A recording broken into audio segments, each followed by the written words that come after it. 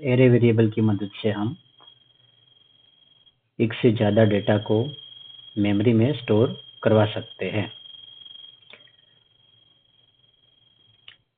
तो उसके लिए प्रोग्राम क्या बनेगा? सबसे पहले एरे वेरिएबल डिक्लेयर करते हैं, इंटीजर टाइप हम रखते हैं, तो int मुझे लिखना पड़ेगा। अब वेरिएबल का नाम ERR ले लेते हैं और इसकी साइज हमें देनी पड़ेगी। साइज में सपोज हम 5 एलिमेंट लेने वाले हैं, तो हम क्या लिखेंगे? यहाँ पे 5 ले लेंगे। ये इंटीजर वेरिएबल रहेगा, एरे वेरिएबल है, नॉर्मल वेरिएबल नहीं है, क्योंकि हमने ये ब्रैकेट में साइज प्रोवाइड की है।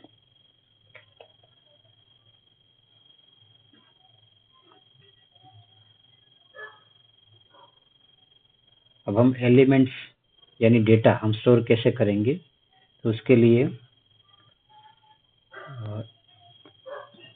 अब अगर हम चाहते हैं कि यहाँ पे ही इनिशियलाइज कर दे तो वो भी पॉसिबल है, एंड 1 बाय 1 हम स्टोर करना चाहते हैं तो वो भी कर सकते हैं। जैसे कि ERR 0th इंडेक्स पे हमें जो स्टोर करना है, सपोज मुझे स्टोर करना है 20, तो मैं यहाँ पे 10 लिख देता हूँ। मैं यहाँ पे 10 ले लेता हूँ, तो मैं क्या लिखूंगा? 10 असाइन करूंगा ERR ऑफ 0। फिर दूसरा एलिमेंट भी असाइन करना है, तो मैं क्या लिखूंगा? ERR 1 is assigned 20 वैल्यू, तो 20 ERR ऑफ 1 के अंडर में स्टोर हो जाएगा। फिर मुझे एक और लोकेशन है जो कि है सेकंड इंडेक्स ERR इंडेक्स 2 पे जो लोकेशन है, वहाँ पे मुझे थर्ड वैल्यू स्टोर करनी है, तो मैं क्या करूँगा? थर्ड वैल्यू असाइन कर दूंगा। थर्ड वैल्यू है 30 is assign to ERR of 2। Next ERR of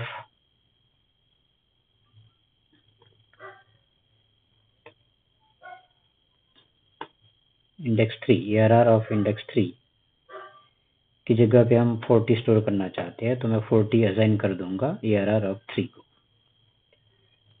वैसे ERR ऑफ 4 की जगह पे मैं कोई और एक वैल्यू ले लेता हूँ, लेटर से 50 ले लेते हैं, तो 50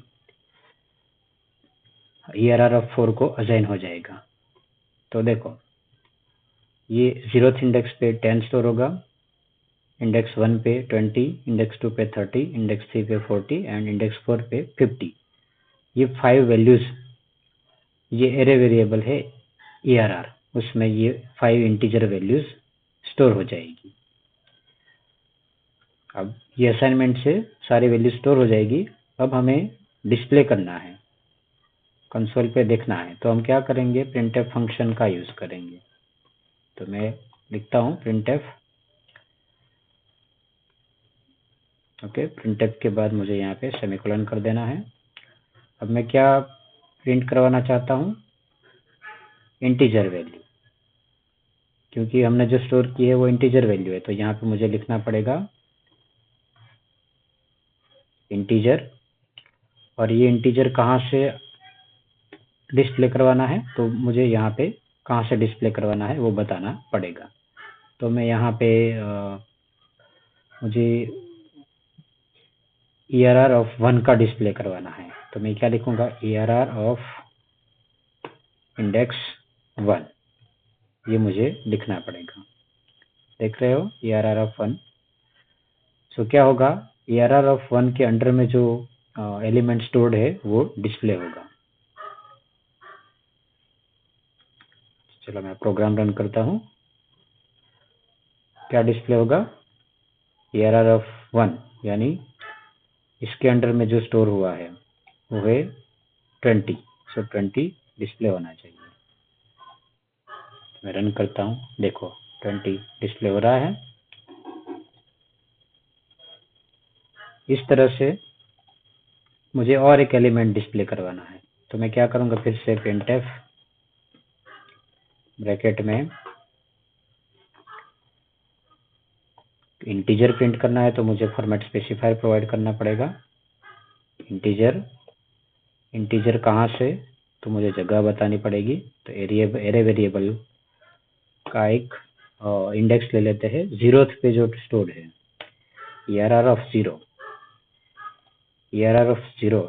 ARR एरे वेरिएबल है 0 इंडेक्स के अंडर में जो स्टोर्ड है, ये लोकेशन पे जो स्टोर्ड है वो मुझे डिस्प्ले करवाना है। तो मैं क्या लिखूंगा, वेरिएबल का नाम लिखूंगा एंड इंडेक्स प्रोवाइड कर दूंगा।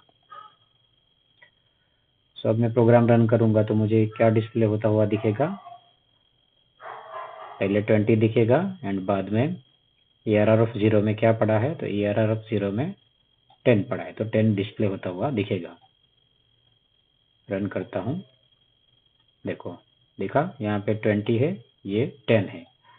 क्योंकि पहले एग्जीक्यूशन हुआ तो कर्सर यहीं पे था, इसीलिए 10 भी यहाँ पे डिस्प्ले हो रहा है। अगर मुझे न्यू लाइन में चाहिए तो मैं क्या करूँगा, कर्सर को न्यू लाइन में लाना पड़ेगा। तो मैं यहाँ पे पहले एग्जीक्यूशन होने के बाद मैं cursor new line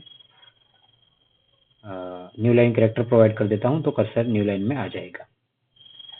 so array of 1 print हो जाएगा इंटीजर एंड न्यू लाइन में कर्सर आ जाएगा। बाद में ये printf एग्जीक्यूट होगा तो इसकी वैल्यू भी आपको डिस्प्ले होती हुई दिखेगी। तो मैं रन करता हूँ, आप देख सकते हो 20 न्यू लाइन में 10 डिस्प्ले हो रहा है।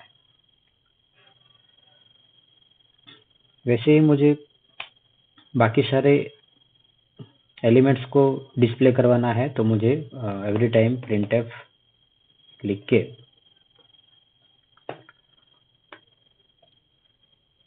डिस्प्ले करवाना होगा। सो अगेन इंटीजर वैल्यू, अब इंटीजर वैल्यू किसकी प्रिंट करवानी है तो वो आपको यहाँ पे प्रोवाइड करना पड़ेगा। एरे ऑफ 0 आ गया, 1 आ गया, इंडेक्स 2 पे जो है उसको ले लेते हैं। तो यहाँ पे मुझे लिखना पड़ेगा 2। सो एरे ऑफ 2 इंडेक्स के अंडर में जो भी स्टोर्ड है वो वैल्यू हमें डिस्प्ले होती हुई दिखेगी। उसके बाद मैं ले लेता हूँ printf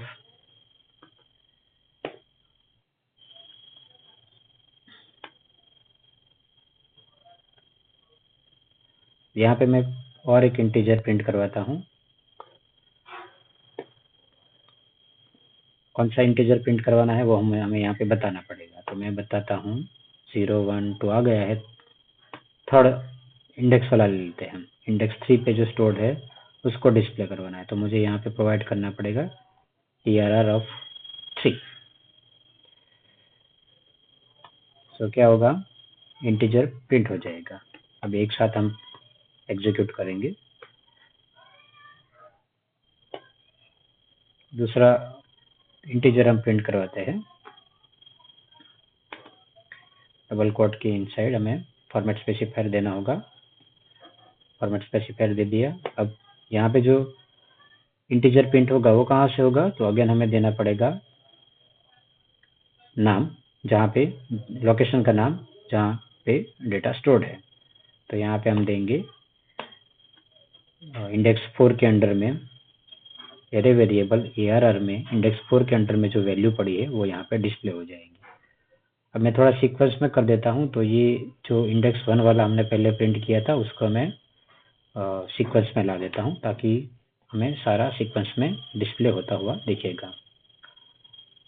तो देखो ये ARR ऑफ 0 प्रिंट होगा, फिर न्यू लाइन मुझे लेनी पड़ेगी, अदरवाइज साथ में ही आपको प्रिंट हुआ होता दिखेगा। तो मैं सभी जगह पे न्यू लाइन कैरेक्टर लगा देता हूँ। तो यहाँ पे भी मैं न्यू लाइन कैरेक्टर लगा देता हूँ। सो कर्सर सेकंड लाइन में आ जाएगा, नेक्स्ट लाइन में आ जाएगा, न्यू लाइन में आ जाएगा। यहाँ पे भी लगा देता हूँ। लास्ट में कर्सर नीचे नहीं लाओगे तो चलेगा, यानी नेक्स्ट लाइन कैरेक्टर जो न्यू लाइन कैरेक्टर उसको आप कंसिडर नहीं करोगे तो चल जाएगा, लेकिन मैं यहाँ पे सब में किया है तो मैं कर देता हूँ। तो कर्सर आपका इस एग्जीक्यूशन के बाद नेक्स्ट लाइन में आ जाएगा। तो आप देख सकते हो यहाँ पे printf से एरे ऑफ 0 के अंडर में जो स्टोर्ड है ये 10 प्रिंट होगा। यहाँ पे एरे ऑफ ARR ऑफ 1 के अंडर में जो स्टोर्ड है वो दिखेगा, ये 2 का, ये 3 का। ओके, चलो मैं रन करता हूँ, देखते हैं आउटपुट क्या आता है। आप देख सकते हो आउटपुट 10, 20, 30, 40, 50 सीक्वेंस में हमने डिस्प्ले करवाया है, तो सीक्वेंस में आ रहा है। ओके